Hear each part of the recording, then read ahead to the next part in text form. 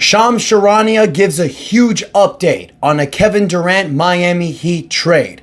Let's talk about it, Heat Nation. Don't forget to like, share, and subscribe as we push for 7,000 subscribers. Click that notification bell to get all the updates. Now that we got that out the way, hit that intro. That is enough said.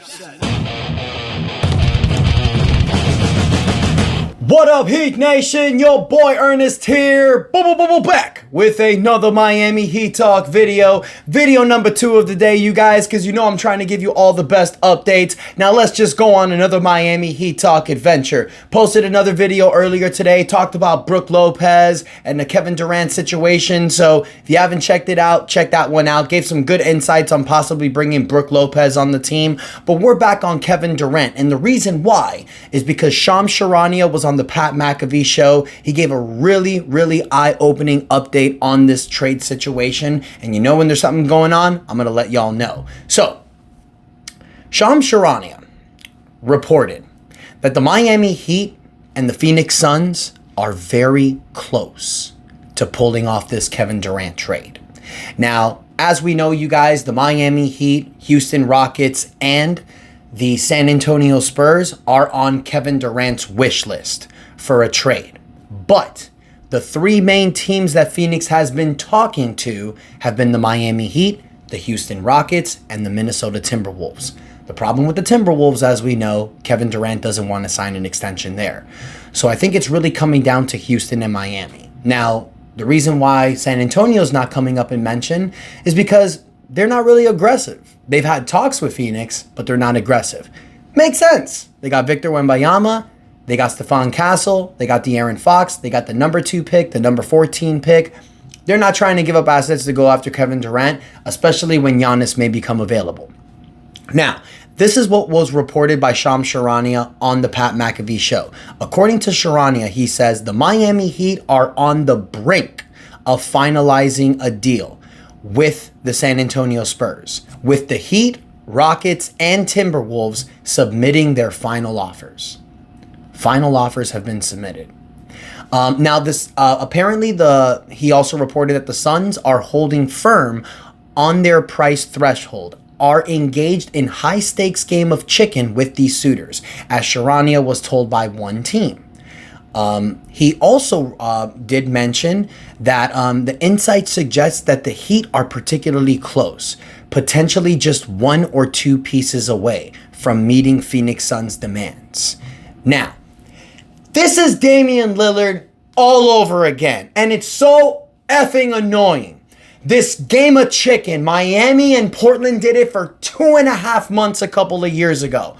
If I'm the Heat, get this deal done or move on. We're sick of talking about it. We're sick of hearing about it. Is it fun sometimes? Sure. But just figure this out. The good news is it's not going to be a game of chicken for too long. Phoenix is trying to get this done by the draft.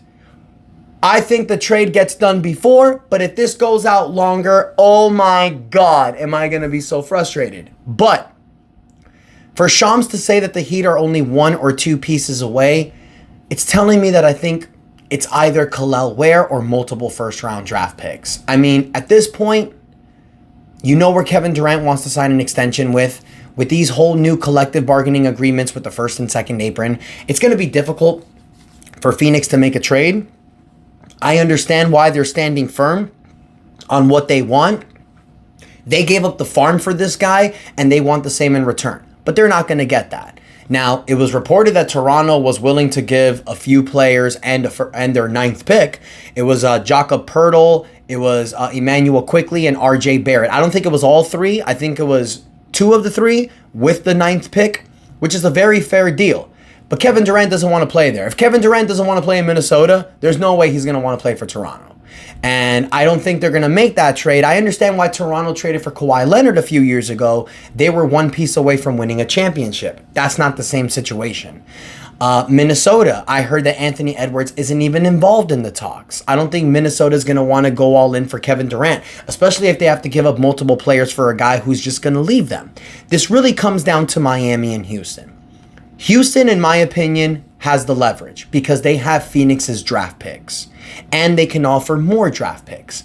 But the Heat can offer Phoenix expiring contracts, young assets, and draft capital. So they can give Phoenix all three things that teams desire when they're moving a star player. The question is, can the Heat get this done? That's the update that I have for you guys. Shams Charania came out, and when Shams speaks, I post. So you guys let me know in the comments. Do you think the Heat are going to get this done? Should the Heat give their best package? They gave their final out. They gave their final offer apparently, but they're just one piece away.